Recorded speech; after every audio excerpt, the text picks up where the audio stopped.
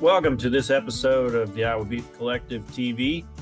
As promised in our introductory video, we are going to get into a little bit of judging history. I was on a team with Iowa State, as are the two gentlemen that have joined me. We did individual episodes and kind of talked about where they went within the industry after their judging days, but I thought it'd be a good opportunity to put them together and maybe head down memory lane a little bit and talk about their experience on the judging team, and we'll maybe contrast that with how much different it is in the judging circles of today. So Bert and Steve, just kind of talk about which team you were on, who joined you, who was on the team with you, where you went, how you did, that kind of thing.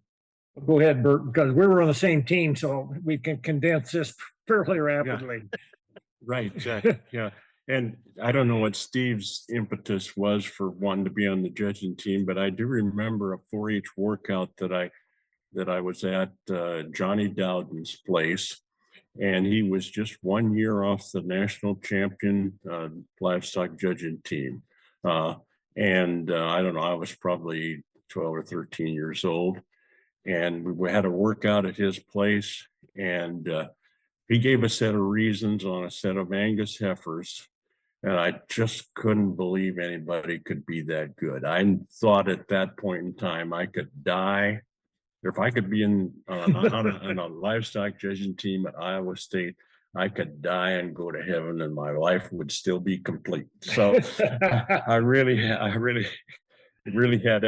a strong feeling about that, and quite frankly, one of my major goals in going to Iowa State was to be on the livestock judging team.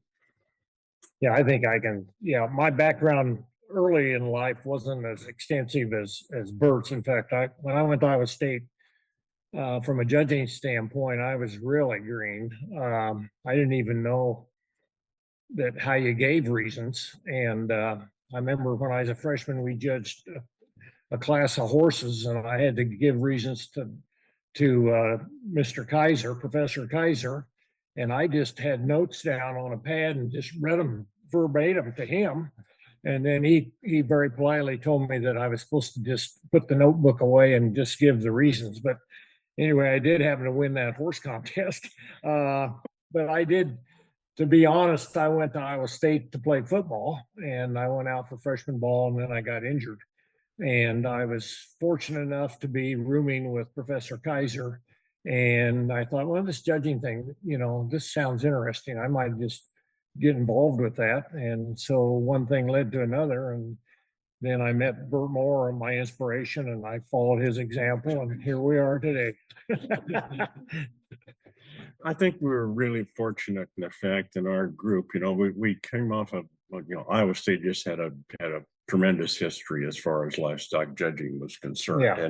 And it was, if you were in animal science, it was a thing to do to try to be on the livestock judging team. And we were fortunate in the fact that we had some teammates there, Bob Kim, who went on, probably judged every major sheep show in the country, and Jack Rife, who is a good friend of ours as well. Some other people, Rich Benson, who we talked about earlier today. But at the same time, there were some people that didn't make the team that were some really good livestock people as well. And I mentioned to Steve earlier too that, boy, we got our fire. It wasn't necessarily from our coach, but it was from, you had fire. You had to perform well if you wanted to seat in that station wagon on the next trip.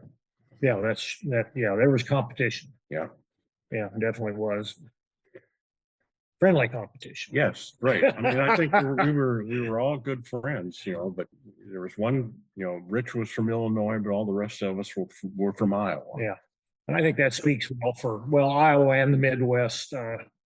As compared to other schools in the West and different areas, I mean, we have the ability to see really great livestock, even as youth. And there's nothing that will improve your judgment any more than just seeing a good one. And we were, of course, at Iowa State, we were exposed to some of the best hogs. We were on the ground floor of that with the Christian brothers. And then we were exposed to some of the best cattle and best horses, actually, that you could find anywhere. And if you have that picture in your mind when you go into a contest, that's a big leg up. But I think at Iowa State, the judging's strong because there's just a lot of good, solid farm boys, and girls that take part in it. It's not like some of the Western states where maybe just cattle and they've never seen a good pig, for example. Right. So this has been I think a real advantage to us. And Iowa State still, they're still tough and always have been in livestock judging. And from my personal viewpoint, it has opened so many doors and so much travel that it's just unbelievable. And I think I've either spoken or judged in probably 45 of the 50 states, and have been out of country on several occasions. And it is just really, it's opened up the doors to, as you age, or I do, and I think, and I've read about it some, that you develop different priorities. I know when I first got out of Iowa State, I would, if they asked you, and they've done a survey on this, they'd say, well, what would you have liked to taken more of at Iowa State? Well, when you first graduate, well, I should have taken more production. I just want to take production. And then they interview you 10 years later, and you'll say, well, I'd like to take more agricultural finance, or, and then another 20 years, well, I wished I'd have taken more speech and more letter writing, because you evolve into that thing. And then you get to be 60 and you'll say, well, I really enjoy studying trees and birds. I could do some more of that if I went back. And then when you get really old, I think you get more interested in history and world history, U.S. history, Western history. And it just like it's a natural involvement. And I guess that's proven by research that people actually do just, they change their interest and their priorities, which is good. Yeah, I'd say that the parallels of the program haven't changed. It opened doors for me. I'd never been to Denver, Colorado, before I got on a judging team, and Mhm. I guess like you guys, I was the only kid on my team who wasn't from Iowa. And Illinois is not a far reach, so it wasn't like we were a global team. But I think that has been very consistent. There's still a lot of local Iowa kids that are in the program, and that's good. I guess one of the questions, talk about where were your national contests? Where did you travel versus maybe the ones that they're used to today? Okay. Well, the first contest that, Boston Barrel Show. And the first one as yeah, seniors. right. Yeah, but as juniors, the first one we went to was Denver. Yeah. Was Denver. And that was an interesting experience for me, in the fact that I was still kind of back in the show jock era as well. And I had a pretty good steer that I wanted to show, and so on. And we started out the 1st of December. I had already told Professor Kaiser that I wanted to go to Phoenix and show these particular steers, and so I was going to miss some workouts. His only comment to me was, "Well, you better do pretty well between now and then." And I do have my notebook from that time period, 1st of December until we left to Phoenix, and I had one pair switch. And that's the only reason I even got to go to Denver, because I'd done pretty well. Because Yeah. I didn't make the floor. I judged the carload contest, and I didn't particularly like being left off the team that was judging up on the floor. But we didn't have any spring contests that we went to. No. The next one was the National Barrel Show. Then Kansas City the Barrel Show was in September. Kansas City was in mid-October then. And so we had about a month between October and Chicago. At least I personally was having real trouble showing placing sheep.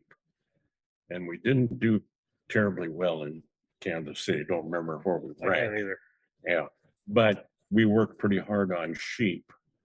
between Kansas City and Chicago, and the team ended up winning sheep in Chicago then too. So, but as far as numbers of contests, why, that was it. Yeah. And now I think they seemed like they're on the road, an awful lot of the We time. traveled to Kansas State for a, Yeah, that was a mock contest Yeah, at Kansas State. Yeah, that's right. Right. And I think there's some of those and considerably a lot more en route to the national contest of now it's Denver, Kansas City. I mean, so Denver, Kansas City, Louisville, they still have kind of what they call the North American race, where you're heading straight from one to the other. There really is no practice in between. At least when I was judging, it was back to back. I think the schedule's kind of altered over the years, but there's contests in Sioux Falls, there's contests in Cow Palace, Houston, Fort Worth.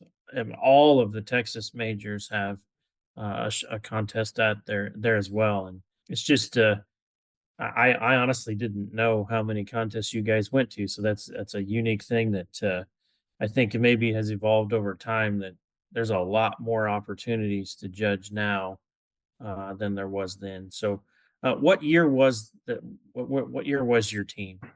1965.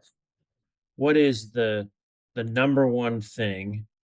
And Steve, you kind of mentioned it, that you got out of judging that you didn't think, it wasn't about sorting for animals.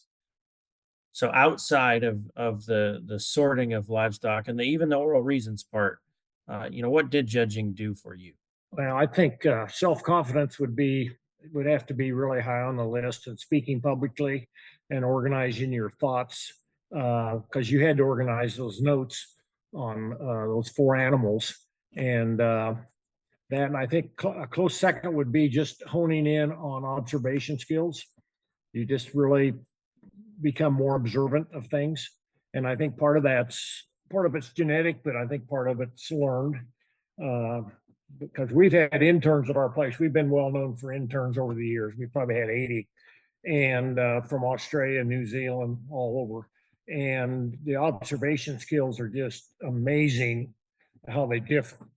And it seems like our interns, we had interns from Australia, for example, that would be with us through a calving season and an AI season. And by the time they were through the calving season, you could have pulled all the ear tags and they still know every cow, And then there's other kids that, well, you better go check those calvy heifers, and they come back and say, well, nothing going on.